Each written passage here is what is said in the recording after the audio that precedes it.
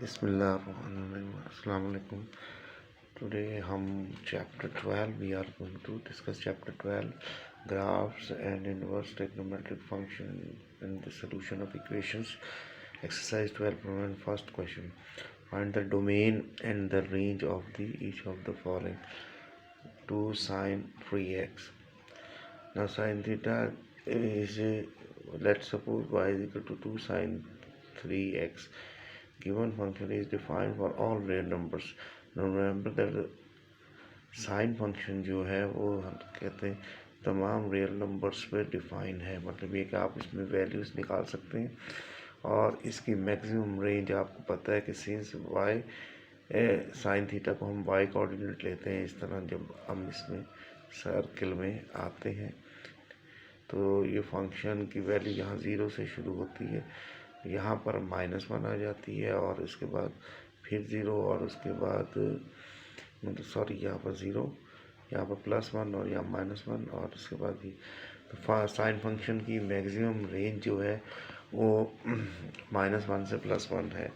अच्छा जी, domain real number से यानी कि आप यहाँ पर कोई भी एंगल पुट करेंगे रियल नंबर में तो आपको एक वैल्यू आएगी, लेकिन ये -1 और +1 से आगे नहीं बढ़ेगी।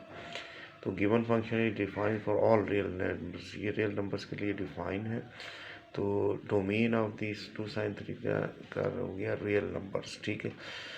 और इसके बाद range of sin 3x will be equal to, अगर आप साइन फंक्शन की 3x की रेंज लेंगे तो -1 और +1 के दरमियान में मौजूद होता है ये फंक्शन और ये कंटिन्यू होता है, इसके दरमियान में ब्रेकेज डी कुछ भी आता। अच्छा, हमारे पास फंक्शन है साइन 2 sin 3x, ये 2 जो है बाहर, जब आप sin 3x की वैल्यू निकालेंगे तो 2 से मल्टीप्लाई करेंगे तो इसकी रेंज अब ज़रा बढ़ जाएगी, -2 से +2 के दरमियान में आ जाएगी, क्योंकि ये 2 मल्टीप्लाई हो रहा है sin 3 फंक्शन। तो इस तरह हम इसकी रेंज मालूम कर सकते हैं। तो रेंज ये है एक्चुअल और हम इसको 2 से मल्टीप्लाई कर देंगे। सिमिलरली आपके पास है y is equal to cos 4x। तो suppose y is equal to cos 4x, given function is also defined for all real numbers, ये भी रियल नंबर्स के लिए डिफाइन है, ठीक है, नंबर्स के लिए। तो डोमेन ऑफ 5 और x है जी, ये रियल नंबर का सिंबल है, रियल नंबर्स पे डिफाइन है, ठीक है। अच्छा जी, as the range of the 7x, again cos की रेंज आपको पता है कि कॉस जो है आप 0 पे 0 होता है और कॉस 180 पे आपके पास कॉस 0 पे 1 होता है और 180 पे माइनस होता है, उसके बाद फिर डिक्रीज होना शुरू होता है और दोबारा 360 पे आपका 1 हो जाता है। तो इसका मतलब है कि इसका डोमेन तो आपको वही रियल नंबर्स हो गया। अच्छा, range of the cos x की फंक्शन की है, आम कॉस एक्स की या 7x की भी यही होगी जो आम कॉस फंक्शन की होगी, तो -1 से +1 तक, ठीक है, ये इसकी रेंज मतलब होगी। अच्छा, अब हमारे पास है 5 cos 7x, तो हम इसको 5 से मल्टीप्लाई कर देंगे -5 से और ये +5 तक इसकी रेंज बढ़ जाएगी, ठीक है। तो इस तरह हम ऑनलाइन की रेंज और डोमेन करेंगे। अच्छा जी, अब हमारे पास आता है नेक्स्ट है टेंजेंट फंक्शन। अच्छा, टेंजेंट का फंक्शन का बिहेवियर आप याद करते हैं, याद करें इसको। टेंजेंट का बिहेवियर जो होता है, टेंजेंट 90 पे इन्फिनिटी हो जाता है। तो आपके पास अगर y equal to tangent theta होता है और sine theta upon cos theta होता है, तो remember that is define when cos theta is not equal to, ये कॉस थीटा 0 नहीं होना चाहिए। अगर ये कॉस थीटा 0 हो जाए तो 1 अपॉन जो 0 होता है कॉस थीटा जो sine theta upon cos theta होता है, अगर cos theta not equal to 0, ठीक है, ये होना चाहिए। अगर कॉस थीटा इक्वल टू 0 हो जाता है तो फिर आपके पास कहते हैं तो इसकी वैल्यू 1 आएगी, ठीक है। तो साइन की वैल्यू आपके पास मौजूद होगी। Domain of set is real numbers except where cos theta is equal to 0, cos theta 0 के बराबर। ओके जी, नो हमने जो बात यहाँ पर डिफाइन की है कि y is equal to sine theta upon cos theta, अगर आपका कॉस थीटा पूरा इक्वल नॉट इक्वल टू 0 है इसका मतलब ये नहीं है कि थीटा एंगल जो है वो 0 है, इसका मतलब ये है कि पूरा फंक्शन कॉस थीटा जो है वो 0 के बराबर नहीं होगा, क्योंकि थीटा अगर 0 होता है तो कॉस 1 होता है। तो हम ये कह रहे हैं कि cos theta is not equal to 0, cos theta 0 के बराबर नहीं होना चाहिए। अगर होगा तो ये इनफाइनाइट हो जाएगा। अच्छा, डोमेन अब इसका डोमेन जो होगा सेट ऑफ रियल नंबर्स होगा except where cos theta is equal to 0। अगर ये नीचे वाला फंक्शन 0 हो जाता है, कॉस थीटा 0 के बराबर हो जाता है, तो इसका आना मतलब ये डोमेन इसका रियल नंबर्स है, लेकिन वहाँ पर नहीं होगा, क्योंकि जब ये नीचे 0 हो जाएगा तो साइन अपॉन 0 इन्फिनिटी हो जाएगा। The angle between y is equal to tangent theta is undefined.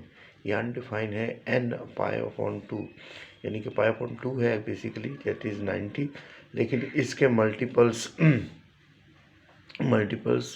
Radiance में वो भी है ना, क्या कहते हैं, where n is an odd integer. अगर n को आप ऑड पुट करें, देखें n को 1 पुट करेंगे तो 90 आ जाएगा, n को 3 पुट करेंगे तो आपका 270 आ जाएगा। तो इस तरह इस पर ये डिफाइन नहीं है, सब रियल नंबर्स पे डिफाइन है, लेकिन ये जो एंगल्स होंगे n के मल्टीप्लाई बाय पाई बाय 2, यहाँ पर ये angle n is odd integer अगर रखेंगे तो वहाँ पर फंक्शन डिफाइन नहीं हुआ, क्योंकि वहाँ cos theta is equal to 0 हो जाएगा। ठीक है।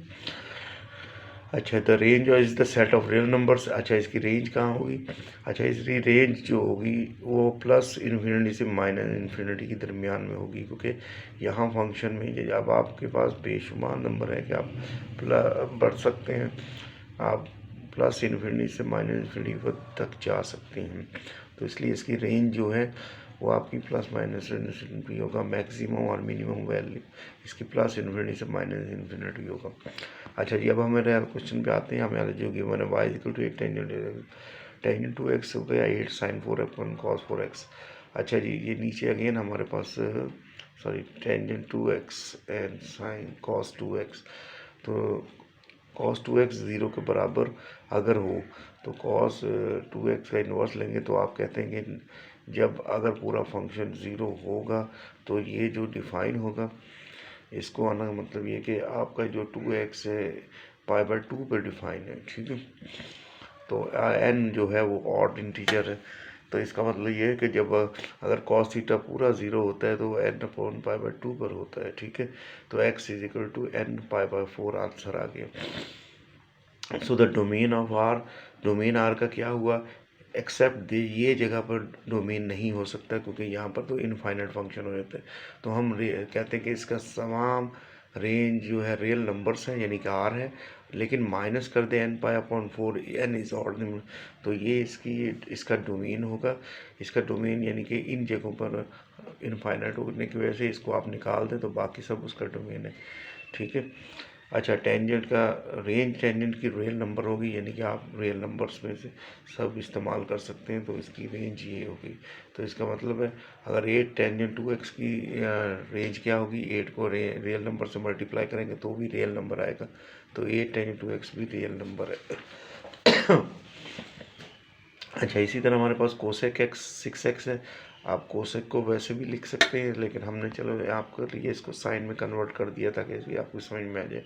Sign upon 6x is undefined if sine 6x 0। अगर ये साइन 6x 0 होगा तो फंक्शन नहीं होगा। ठीक है। और इसके बाद अगर ये साइन 6x 0 के बराबर है तो इसका मतलब है कौन सी जगहों पर साइन 0 के बराबर होगा, तो n पाई अपॉन 2, ये भी n pi upon 2 in n is even integer. n यहाँ पर n इवन इंटीजर होगा, यानी कि अगर n 1 होगा तो वही 90 होगा, तो साइन 90 पे क्या आपके पास डिफाइन है कि नहीं है। इसी तरह आपके पास इसके बाद आप इसमें n को 2 पुट करते हैं तो ये 180 पे होता है, तो साइन 180 पे फिर आपको 0 मिलेगा। तो इन जगहों पे n is equal to n upon pi by 12 आपकी वैल्यू होगी। ये 6 डिवाइड करते हैं इसके तरफ, तो डोमेन ऑफ आर जो होगा इन जगहों पर नहीं होगा, क्योंकि ये नीचे साइन 0 नहीं होना चाहिए। नीचे साइन अगर 0 होगा तो ये इन्फिनिटी हो जाएगा। तो हमने उन जगह को कैलकुलेट कर लिया जिसमें साइन की वैल्यू 0 के बराबर होती है। तो r minus n pi upon 12, n is an even integer, यहाँ पर इवन इंटीजर है। तो रेंज क्या होगी, रेंज इसकी रियल नंबर की होगी कि y इज ग्रेटर देन और इक्वल टू 1, कि आप 1 से बड़ी वैल्यूज़ लाएंगे और y इज़ लेस देन और इक्वल टू -1। तो यानी कि y की वैल्यू या तो -1 से के बराबर आएगी या उससे नीचे वाली आएगी, और +1 से बड़ी या दूसरी आएगी। इसी तरह आपके पास cot x है, y इक्वल टू 5, और आपकी बुक में टेबल दिया है इसमें से बकायदा डोमेन रेंज में बताई हुई है इसकी। 5 cos का आगे अब नीचे वाला फंक्शन sin 2x 0 के बराबर अगर हो जाता है तो वो multiple of n upon pi by 2। यहाँ पर n जो है E1 है, ठीक है, E1 n अगर E1 है तो आप वैल्यू कैलकुलेट कर सकते हैं n की E1 की। तो इसके बाद आपने कहा n पाई बाई 2 के बराबर पे sin 2x 0 होता है, तो x is equal to n pi by 4। तो डोमेन होगा R में से n पाई बाई 4 आप n इज E1 माइनस कर दें, और रेंज आपकी 5 cot x की रियल नंबर ही होगी, क्योंकि आप 5 को रियल नंबर करेंगे तो आपके पास रियल नंबर भी 5 आएगा। अच्छा जी, नेक्स्ट आपके पास है sin x upon 3। Domain of sin x मतलब ये ज़ाहिर है साइन फंक्शन ही है, एंगल अगर थर्ड हो गया तो कोई फ़र्क नहीं पड़ता, तो रियल नंबर होगी रेंज। अच्छा, डोमेन इसका sin x अपॉन 3 का अगेन -1 से +1 होता है, तो यहाँ पर x अपॉन 3 है, तो आपके पास यहाँ पर बीच में कोई भी नंबर मल्टीप्लाई होने वाला नहीं है यहाँ पर। तो एंगल चाहे कुछ भी हो, आपकी रेंज -1 से +1 के दरमियान में आएगी, तो इसकी रेंज वही होगी। अच्छा जी, क्वेश्चन नंबर 2 के हम आपको चेक करते हैं, बहुत इजी है। Determine whether the following functions are even और ऑड। आपको फंक्शन इवन या ऑड बताने, तो आपने एफ एक्स लिखा sine x cos x. Now आप रिप्लेस कर दें f x minus cos x को sine x minus cos x से। तो आपके पास देखें यहाँ कॉस एक्स की प्रॉपर्टी जो है वो आपको पता होनी चाहिए कि माइनस थीटा ये फोर्थ क्वाड्रेंट में पॉजिटिव हो जाता है, अल्फ़ा बीटा के फॉर्मूले से आप प्रूव करते हैं। और साइन जो है माइनस, ये जो है इसको आपके पास माइनस साइन थीटा आता है, ये फोर्थ क्वाड्रेंट की सिचुएशंस होती है। तो इसका मतलब ये पॉजिटिव हो गया और ये माइनस सी से शिफ्ट हो गया, तो ये साइन एक्स आ गया, और फंक्शन आपका f x minus x minus आ गया। तो ऐसे फंक्शन को हम कहते हैं it is an odd function. अच्छा जी, इसी तरह आप दूसरा फंक्शन देखें, अगर आपका आंसर माइनस में आ जाए तो आप ऑड कहेंगे, ठीक है, और अगर ये प्लस में ही रहे तो फिर ये इवन फंक्शन कहलाएगा, ठीक है। अच्छा जी, साइन स्क्वायर एक्स और 1 प्लस टेंजेंट एक्स, आपने इसमें माइनस से जी एक्स से रिप्लेस किया, तो ये माइनस जी एक्स को गया। अच्छा, ये स्क्वायर को मैंने बाहर कॉमन ले लिया ताकि आपको इसी तरह अंडरस्टैंड अब आपका माइनस बैक साइड पे आ जाएगा, माइनस बैक पे आ गया, और लेकिन स्क्वायर होने से ये पॉजिटिव हो जाएगा, तो आपके पास साइन स्क्वायर पॉजिटिव बचेगा, ठीक है। और ये जो टेंजेंट का साइन है नेगेटिव, वो पीछे बैक साइड पे आ जाएगा। अब ये फंक्शन ओरिजिनल फंक्शन बन ही नहीं रहा इससे डिफरेंट हो गया है, तो आपका 1 माइनस साइन टेंजेंट एक्स हो गया, इज नॉट इक्वल टू जी। हम इसको कहेंगे नीदर ऑड और नॉर इवन फंक्शन, ये ना इवन है ना ऑड है। ओके जी, इस फंक्शन को देखें, हम इसमें रिप्लेस करेंगे। अगेन आपके पास h को आपने रिप्लेस करना है, h is equal to minus x. तो यहाँ पर आपका टेंजेंट माइनस एक्स और आपके पास x माइनस एक्स हो गया, और ये साइन माइनस एक्स। ना आपका ये टेन माइनस पीछे शिफ्ट हो जाएगा, माइनस पीछे शिफ्ट हो गया, आपका ये माइनस भी पीछे शिफ्ट हो गया है, और अगर आप इसमें से माइनस को कॉमन लें तो आपके पास क्या आएगा, पॉजिटिव। यानी कि आपने ये जो माइनस है, ये माइनस को आप कॉमन ले लें तो ये आपके पास प्लस, और ये माइनस कैंसिल हो जाएगा, तो ये फंक्शन सेम फंक्शन वही आ गया। तो ऐसे फंक्शन को हम कहते हैं कि इवन फंक्शन है, ठीक है। तो ये इवन फंक्शन की आपको बता दी, और अगर दोबारा क्वेश्चन ना रिस्टोर हो तो नीदर इवन ना ऑड, और अगर माइनस में आए तो हम उसको ऑड कहते हैं। ओके जी, question number 3, find the period of the function. आपको पीरियड फाइंड करना है इसका फंक्शन का। अच्छा, पीरियड का मतलब ये होता है कि आप उस पर दोबारा जो फंक्शन होता है रिपीट होना शुरू हो जाता है। जैसे साइन थीटा है, इसका पीरियड 2 पाई है, यानी कि 2 पाई पे आप देखिए इसका ग्राफ में अगर बनाए तो आप देखिए साइन 0 से ऊपर बैक 0 वैल्यू +1 पे आता है, और नीचे इसके बाद माइनस के बाद की मैक्सिमम पावर आता है।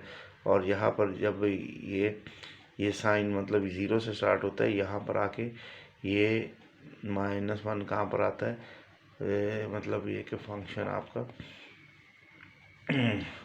साइन 0 पे 0 होता है और साइन है ना कहते हैं 90 पे आपके पास π/2 पे और ये 1 आ जाता है, ठीक है। और उसके बाद फिर 180 पे फिर 0 हो जाता है, यहाँ पर पाई पे 180 पे 0 हो गया। और उसके बाद -270 पे ये -1 हो जाता है और फिर 2 पाई पे आके ये दोबारा 0 हो जाता है। तो इसका ये कंटिन्यूटी ग्राफ में 0 से 2 पाई तक है, उसके बाद रिपीट होना शुरू हो जाता है ये, यानी कि दोबारा 0 के पास आ गया और दोबारा वही कर्व बनेगा। तो साइन पीरियड, इसका पीरियड हुआ 2 पाई। साइन फंक्शन का साइन थीटा का पीरियड 2 हो गया। अब हमें दिया है साइन 3x, तो इसका पीरियड क्या होगा, हम क्या करेंगे +2 पाई कर देंगे। अब हमने करना क्या है, हमने ये जो है 3x इसको रिमूव करना है और इसको सिंपल x बनाना है या थीटा बनाना है। इसके लिए हम क्या करते हैं, मल्टीप्लाई और डिवाइड कर देते हैं। हमने इसको डिवाइड किया 3x से और इसको भी डिवाइड किया और बाहर मल्टीप्लाई कर दिया था, कैंसिल। अच्छा, ये 3 और ये 3 कैंसिल हो गए तो x + 2/3, इसका मतलब कि हमने 3 को कॉमन ले लिया। अब ये x हो गया x/2/3 पाई, तो इसका पीरियड हुआ 2/3 पाई पीरियड हो गया। तो आप इसको 2 पाई/3 लिख सकते हैं, ठीक है। तो ये पीरियड मालूम करने का तरीका है, सिंपल। अच्छा जी, अगेन 4x है। अब कॉस का फंक्शन जो होता है उसका भी पीरियड 2 पाई होता है, तो cos 4x + 2 पाई। अगेन यहाँ से 4 रिमूव करना है, तो आप 4 से डिवाइड और मल्टीप्लाई कर दें। तो ये आपने 4 बाहर लिया और 4 से डिवाइड कर दिया, ये 4 से कर दिया, x + 1/2 पाई हो गया, तो ये π/2 आ गया आपके पास। तो इसका पीरियड π/2 हुआ। इसी तरह आपके पास टेंजेंट के फंक्शन के बारे में आ जाए। अच्छा, टेंजेंट का पीरियड जो होता है वो पाई होता है, ठीक है, यानी कि पाई, टेंजेंट का पीरियड पाई होता है। तो पाई होता है, तो इसका मतलब हम इसमें पाई ऐड करेंगे तो टेंजेंट x + 3 + पाई। अच्छा, उसी तरह हम अब यहाँ पर 3 नीचे रिमूव करने के लिए आपको ऊपर की तरफ मल्टीप्लाई करना पड़ेगा और डिवाइड करेंगे, तो 1/3 लिया और यहाँ हमने 3 को मल्टीप्लाई कर दिया, ये 3 से कैंसिल हो गया और x + 3 पाई आ गया। तो पीरियड आपके पास 3 पाई हो गया। यहाँ हमें मल्टीप्लाई और डिवाइड करना उसी तरह है, लेकिन यहाँ 1/3 बार बचेगा। इसी तरह सेक के बारे में लिखा जाता है। अच्छा, सेक है, आप सेक्स का पीरियड भी वही है जो कि होता है साइन का 2 पाई आप ले सकते हैं, लेकिन मैं चलो इसको कन्वर्ट करके आपको बता रहा हूँ कि 1/cos ऑफ x π/2, तो 1/cos में x5 + 2 पाई पीरियड हमने ऐड कर दिया। अच्छा, पीरियड करने से अब हमारे पास नीचे से 5 ख़त्म करना है, तो हम मल्टीप्लाई करेंगे ऊपर, तो मल्टीप्लाई कर दिया ऊपर आपने मल्टीप्लाई, तो ये आपके पास 5x/5 + 10 पाई हो गया, क्योंकि आप 5 मल्टीप्लाई कर रहे हैं। तो ये 5 से कैंसिल हो गया और ये आपके पास x + 10 पाई हो गया, तो पीरियड आपके पास 10 पाई हो गया। सिमिलरली आप डायरेक्ट कर सकते हैं, cosec 8x का + 2 पाई पीरियड है। अब आपको 8 से डिवाइड करना है, तो डिवाइड कर दें और ये 1 π/4 हो गया, तो पीरियड आपका π/4 आ गया। तो ये आपका क्वेश्चन हो गया। अच्छा जी, क्वेश्चन नंबर 4 में आपको मैक्सिमम और मिनिमम वैल्यूज़ फाइंड करनी है। तो find the maximum and minimum values. No formula हमारे पास y = 4 + 3 sin थीटा दिया है, तो हमारे पास फंक्शन है मैक्सिमम वैल्यू का a + b sin थीटा, यानी कि a + mod ऑफ b, यानी कि पॉजिटिव b लेंगे आप। यहाँ पर a 4 है, b 3 है, तो आपने 4 + 3 कर दिया, ये 7 आ गया मैक्सिमम वैल्यू। मिनिमम वैल्यू के लिए आप अपना क्या कहते हैं, इसको माइनस करेंगे, a - mod ऑफ b। अब आपके पास आपके पास वही है, यानी कि आपके पास a 4 है और b 3 है, तो 4 - 3 मिनिमम वैल्यू आपके पास 1 आ गई। सिमिलरली अगर ये क्वेश्चन ये 4 cos थीटा है, तो आप इसमें भी यही करेंगे। cos का फंक्शन है, तो आप इसको a कहेंगे, इसको b कहेंगे, और आपका वही रूल है कि a + b cos थीटा जो होता है a + mod ऑफ b। तो a आपके पास 2/3, b = -4, 2/3 + -1 पर ये +4 हो जाएगा। तो ये आप एलसीएम लेंगे, 3 × 4 = 12 और ये 14/3। अब आपके पास मिनिमम वैल्यू के लिए a + b cos theta a - b।